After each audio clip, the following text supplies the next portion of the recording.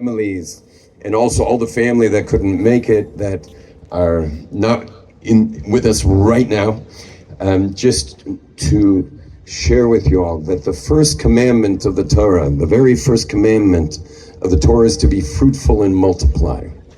To be fruitful and multiply. And the reason why God chose that as the first commandment was in order that when you would read that one, you might keep reading.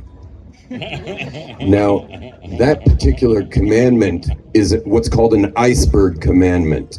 It's an iceberg, meaning, imagine being on a cruise in the northern Pacific, and you're up by the icebergs, and you see an iceberg there, and you say, "Oh, honey, look at the beautiful iceberg." And the captain says, what you think is a beautiful iceberg is actually, because you're looking at it, looks like it's maybe 200 meters tall. But the captain says, actually, that iceberg looks 200 meters tall, but it's actually about 2 kilometers tall, going deep, deep into the ocean. And that's the same thing with this first mitzvah of the Torah, be fruitful and multiply. Because it looks like a cute iceberg, it looks like a cute commandment, but it's actually gigantic. And I happen to know the Chatan Yonah pretty well, and I know his chevra a little bit, and these are guys that would really never leave the Himalayas if it were up to them.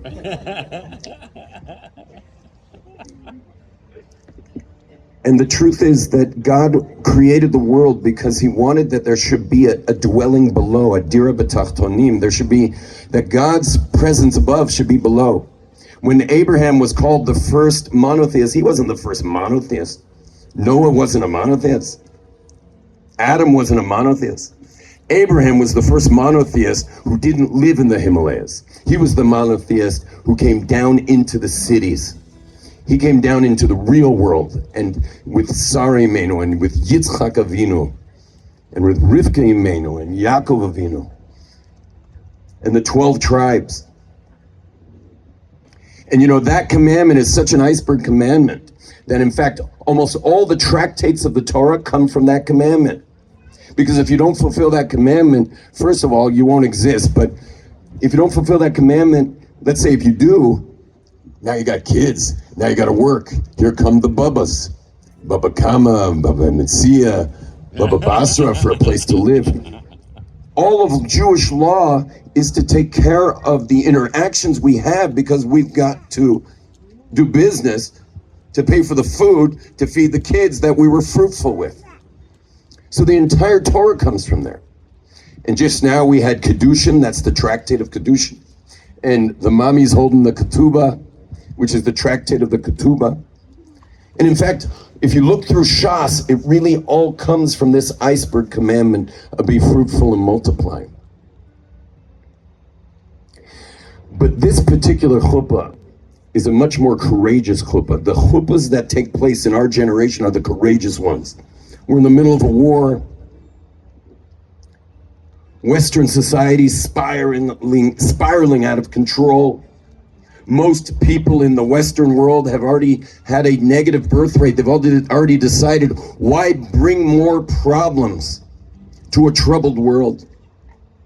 And I understand where they're coming from. However, these two have something to bring to the fight. I understand if you don't know what you're living for and you're potentially just taking up more space.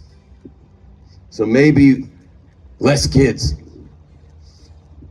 If you're creating more of a problem, less kids. But when you're creating solutions, have as many as you can.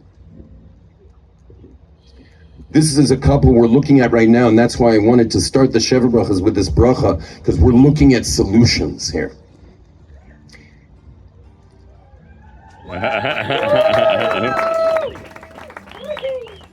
This is a couple that really understand this world.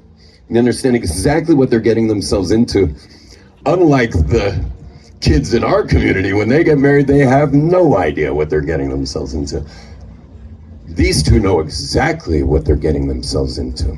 And they're here to create solutions. And I know that the two of them are only who they are right now because their parents were about solutions. Their parents were about optimism. Their parents were about a bright future. And they had that same courage. And so I want to give a bracha to the two of you.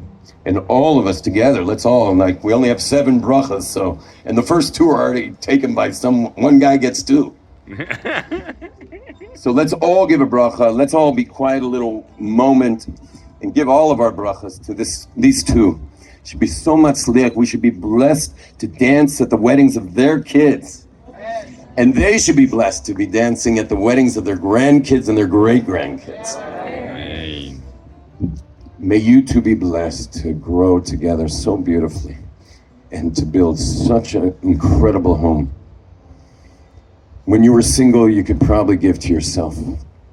When you are now married, you can give to each other, but what you'll find after the first year is, hey, we could give to some guests. And then, bless you, that children should come and you say, hey, I can give to these kids and to the guests. And then more and more until you're just the giving trees. We should be blessed. The two of you should build such a beautiful home. We love you so much. All of us love you so much. And you have us behind you, right behind you in this incredible, incredible home that you're building into the future. Amen.